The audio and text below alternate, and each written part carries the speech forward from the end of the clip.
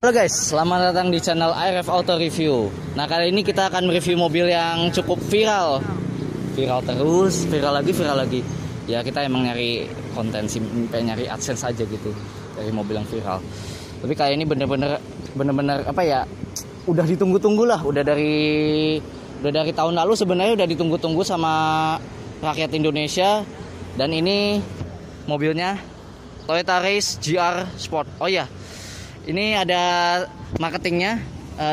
Mas Jejen mungkin ada ini sedikit perkenalan. Perkenalkan, nama saya Jejen dari Toyota Auto 2000 Karawang. Dan kali ini review ya Mas ya. Review Toyota Race. Kebetulan di sini ada Toyota Race tipe S atau GR Two Tone Color. Mangga dilanjut Mas. Ini bentar, ini mau nanya-nanya dulu nih sebentar Boleh, nih. boleh. Ini OTR berapa di Karawang? Untuk Toyota Race tipe S atau GR Two Tone Color ini OTR 260.993.000. 260 juta 260 jutaan lah. 900 ribuan. Oke. Cukup interesting ya. Oke, mau lihat kelanjutannya dari Toyota Race ini? Simak video berikut ini. Anywhere you go, give it all. Anywhere you say, anywhere.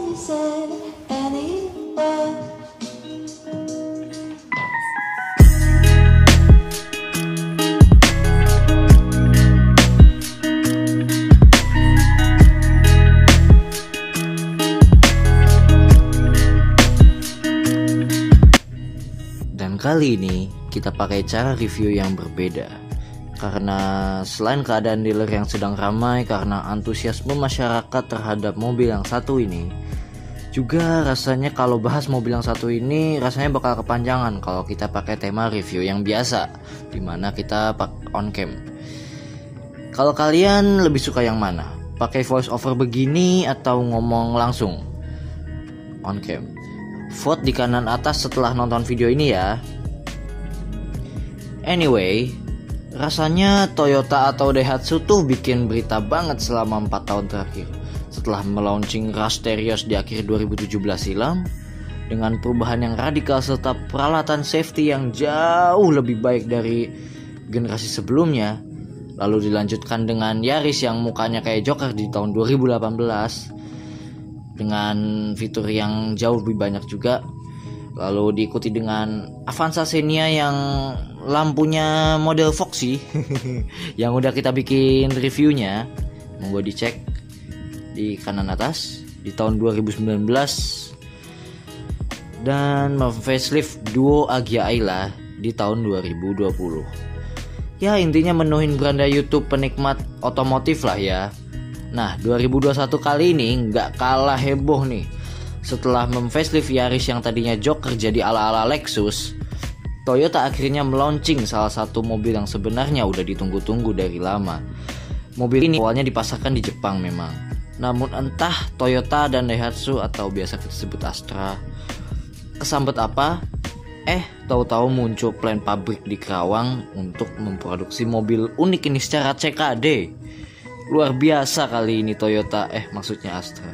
Bener-bener bikin mobil yang out of the box banget. Kenapa kita bilang begitu? Simak terus deh video ini, jangan di skip-skip. Oke, kita sekarang membahas tentang dari mana si Raize itu. Kok tahu-tahu ada si Raize ini. Oke, nama Raize berasal dari kombinasi kata race atau race, gimana kayak gitulah intinya.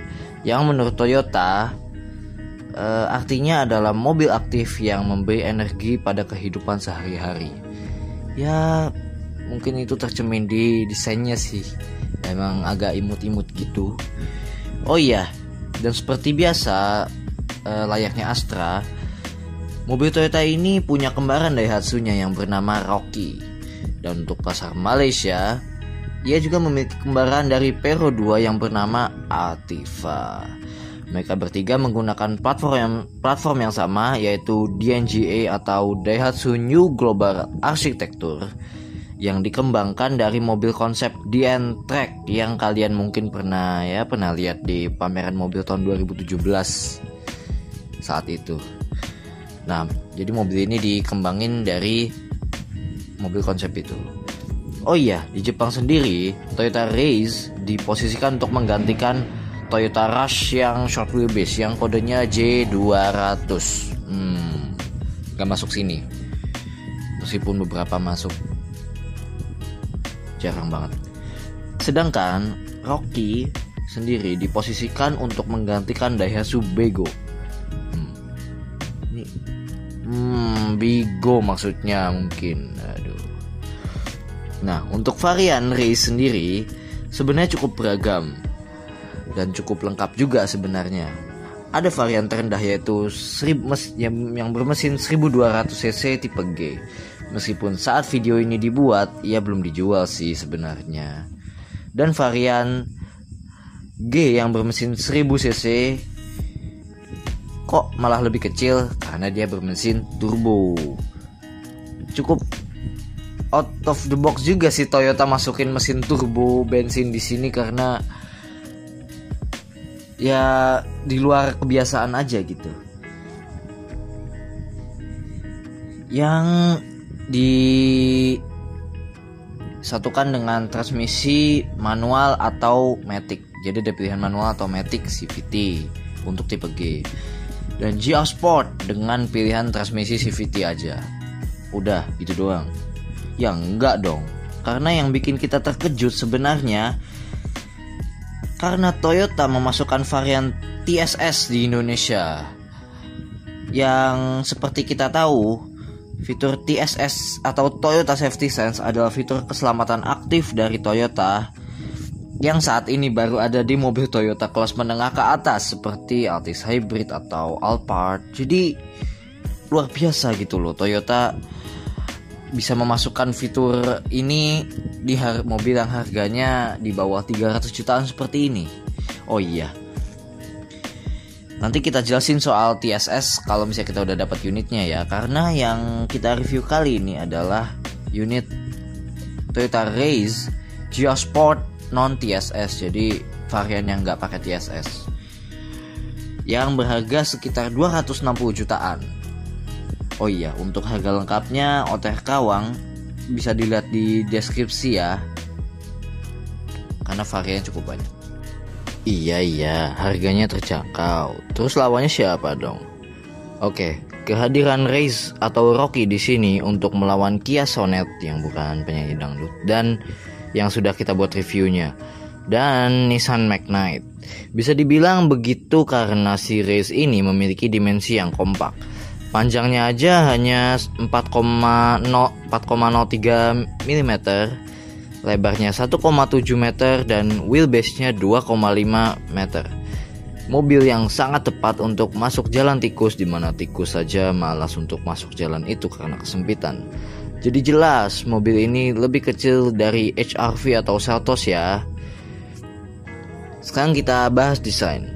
Seperti yang kita omongin sebelumnya, kalau desainnya benar-benar out of the box, di luar kebiasaan Toyota Daihatsu banget, dimana biasanya mereka mendesain mobil untuk bapak-bapak sayang keluarga ya, kecuali Yaris, CHR atau Agya sih. Desainnya kali ini benar-benar GDM abis, keren, saya suka. Pilihan warnanya juga rame banget, mulai dari hitam, abu-abu, merah seperti yang kita review ini, silver, biru muda yang unik banget ini, putih dan kuning. Masih kurang meriah, Toyota memberikan opsi warna two-tone dengan atap yang berwarna hitam dengan nambah sekitar 2 jutaan kok. Bener-bener di luar kebiasaan banget gak sih? Oh iya, karena unit yang kita review ini varian GR Sport, maka ia mendapatkan body kit add-on yang jujur aja agak kelihatan keramaian sih. Sepertinya tampang tipe G lebih proper dan profil ban baik tipe GR Sport atau G sama, yaitu pakai ban GT Radial dengan ukuran 205/60 ring 17. Jadi dia udah ring 17 ya untuk mobil sekecil ini, hebat sih. Perbedaannya di tipe GR Sport, finishingnya hitam gloss yang kelihatan sporty banget. Sedangkan tipe G ya two-tone color, lebih elegan. Jadi kalian pilih mana? Kalau saya pribadi sih Saya pengen yang tipe G warna kuning. Kayaknya lucu sih. Oh iya, untuk detail lampu depannya dia udah LED multi reflektor seperti mobil zaman now ya. Dan khusus untuk tipe GR Sport dilengkapi dengan DRL LED di atas fog lamp dan lampu sein yang model running sein, jadi lebih futuristik banget deh. Terlihat modern dan futuristik. Sedangkan untuk lampu belakangnya juga LED, namun sayangnya sein dan lampu mundurnya masih bohlam biasa. Oh iya, unit yang kita review ini adalah varian two tone. Jadi ia warnanya campuran antara merah dan hitam, sangat sporty, dan di atap ada antena shark fin juga yang menambah unsur sporty. Sayangnya masih belum tersedia rear defogger, tapi sudah ada wiper belakang dan kamera mundur di semua tipe. Oke, beralih ke desain interior. Kita suka sekali bagaimana Toyota mendesain dashboardnya. Terasa enak dilihat dan futuristik, meskipun ketika disentuh berasa banget sih kalau itu bukan mobil yang mahal. At least untuk tipe GR Sport dikasih beberapa empuk-empuk softpad di beberapa bagian dan setir yang dilapis kulit. Yang agak disayangkan adalah cluster AC-nya. Sebenarnya keren juga sih modelnya dan kayaknya nggak ada yang salah gitu dari desainnya. Tapi hilangnya pengatur arah semburan sangat disayangkan untuk mobil dengan harga segini. Dan oh iya, absennya Apple CarPlay dan Android Auto di head unitnya juga sangat disayangkan karena bikin kerasa agak kurang canggih. Padahal ini mobil sebenarnya udah canggih banget, cuman ya kurang itu aja. Nah ya, untuk kuncinya dia itu modelnya udah smart key, dan ini modelnya unik banget karena logo Toyota ini jadi logo lock. Oke, kita starter dan untungnya kita dihibur oleh instrumen cluster yang kerasa canggih banget, dimana ia bisa menampilkan info yang lengkap untuk data-data berkendaranya, tampilan yang menarik, dan itu juga bisa diubah-ubah dengan selera kita. Ada 4 pilihan. Tapi itu udah biasa ya di mobil yang lebih mahal.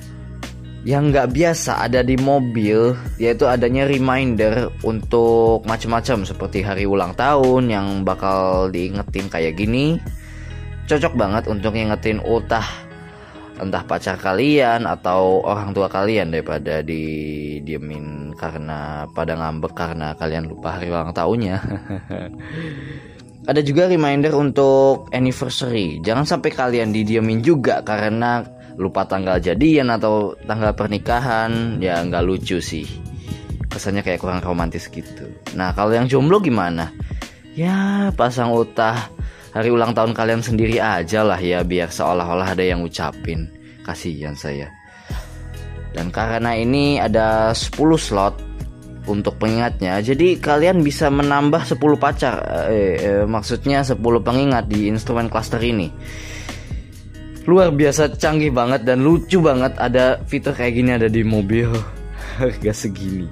Oh iya, selain pengingat yang tadi kita sebutin, ya juga bisa kita atur buat ngingetin maintenance dan cek kendaraan berkala. Cocok untuk kalian yang sering lupa servis atau ngecek mobil kalian, biar tahu-tahu nggak rusak, tahu-tahu takutnya rusak gitu kan, yang nggak lucu kan mobil baru gitu kan. Bener-bener keren banget untuk mobil harga segini.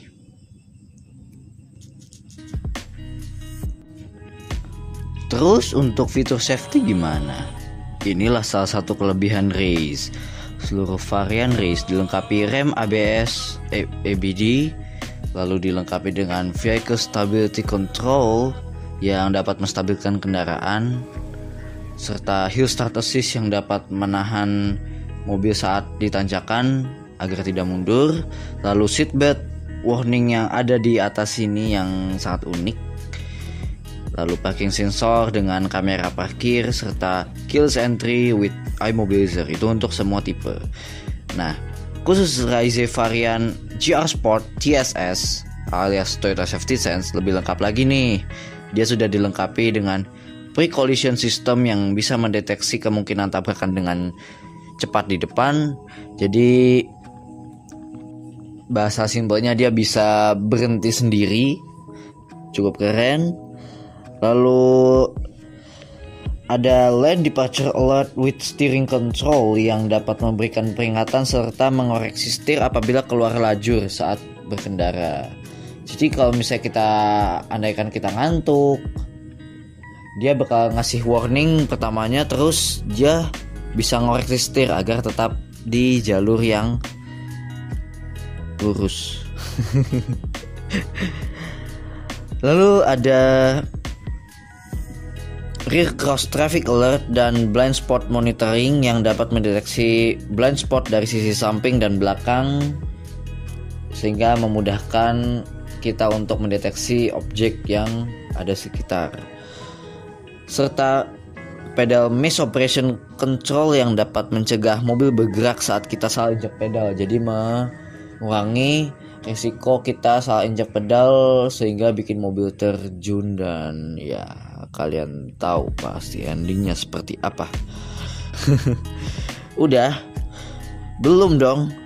Karena untuk mobil dengan harga segini bahkan ia sudah dilengkapi dengan adaptive cruise control yang dimana dia biasanya ada di mobil-mobil yang harganya mahal banget, yang kalau dikombinasikan dengan Lane Departure Alert with Steering Control yang tadi kita udah sebutin, maka ia bisa menciptakan rasa nyetir sendiri. Jadi mobilnya bisa nyetir sendiri untuk jalan tol.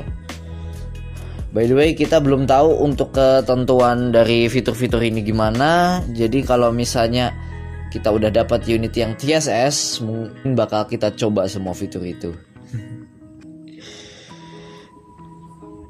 Jadi untuk fitur keselamatan ini tuh sangat lengkap dan sangat komplit untuk mobil yang harganya di bawah 300 jutaan dan menjadikan mobil dengan fitur keselamatan aktif termurah di Indonesia saat ini. Nah, lanjut ke bangku belakang. Ruangnya cukup luas meskipun agak tegak posisi duduknya. Namun oke lah untuk mobil sekelas ini. Terdapat port USB di belakang khusus varian GR Sport. Tapi sayangnya nggak ada armrest tengah dan saluran AC di belakang. Dan untuk bagasi cukup luas dan fleksibel. Kenapa saya bilang begitu? Oke, di sini tersedia partial shelf yang bentuknya unik karena dia bisa dilipat dan fleksibel. Bentuknya lucu sih. Itu aja. Yang enggak lah, belum.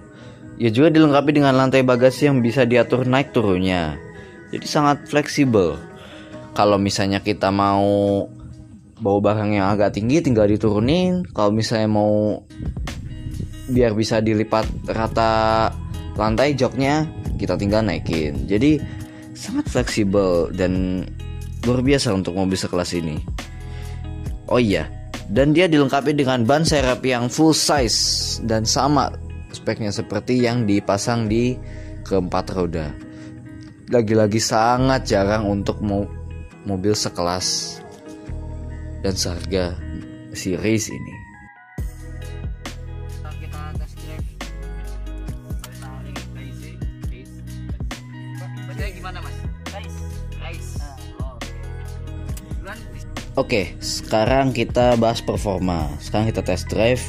Ya mungkin kalau misalnya dengar suara ocehan saya saat test drive mobil ini, kalian akan bosen karena diulang-ulang. Kok bisa kayak gitu? Karena kita cukup amazed dengan apa yang ditawarkan Race ini. Pertama kita start up mesinnya dan kerasa sedikit getaran dari mesin 3 silinder turbo ini. Oh iya, saat video ini dibuat hanya tersedia varian 1000cc 3 silinder turbo dengan tenaga 98 PS dan torsi 140 Nm yang dimix dengan transmisi manual atau transmisi CVT dengan kode 1 KRVT. Rasa familiar? Yap, bener banget. Ini adalah mesin yang sama dengan Ayla 1000cc, namun ditambah turbo. Sedangkan mesin 1200cc 3 silinder berkode WAVE akan nyusul nanti. Mungkin antara bulan depan atau bulan depannya lagi ya. rasanya seperti apakah mesin Ayla dikasih turbo ini? Angkatan pertama cukup smooth karena selain turbonya belum kick in, dia juga transmisi CVT. Nggak kerasa underpower, cuman ya smooth karakternya. Tapi sekali kita kick down, bahkan dari di atas 2000 rpm, turbonya langsung nendang dan sangat responsif. Jadi nggak kerasa turbo lag sama sekali sih. Tapi ya emang kita jajalnya di sekitaran sini aja karena mobil ini belum ada plat nomornya.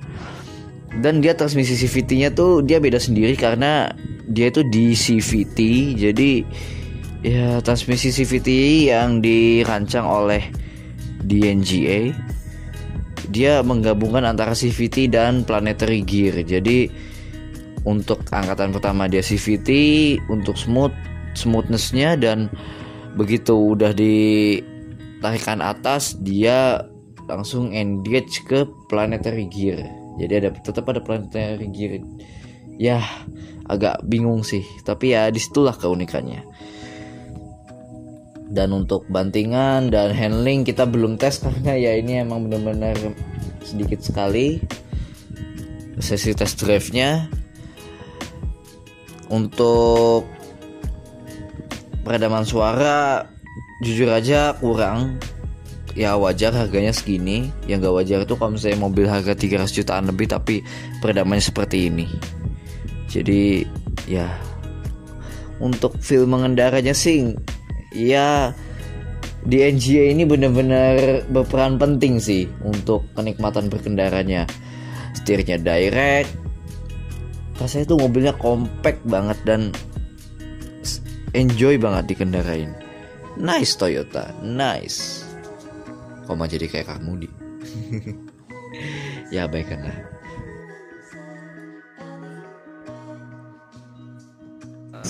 Setelah kita coba test drive, terus coba review luar dalam si Toyota Race ini, kesimpulannya dia itu untuk harga di angka 250 sampai 260 jutaan ini tuh paling worth it.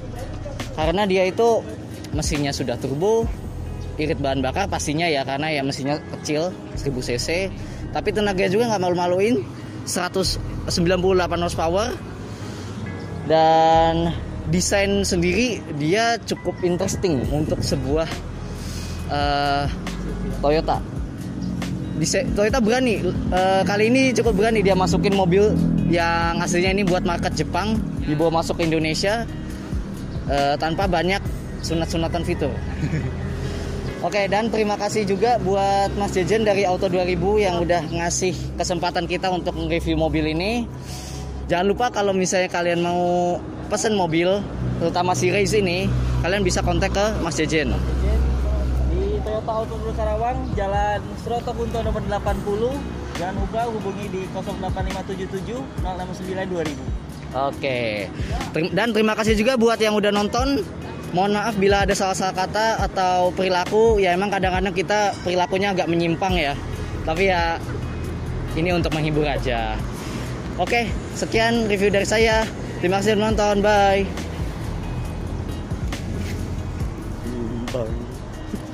Menyimpang.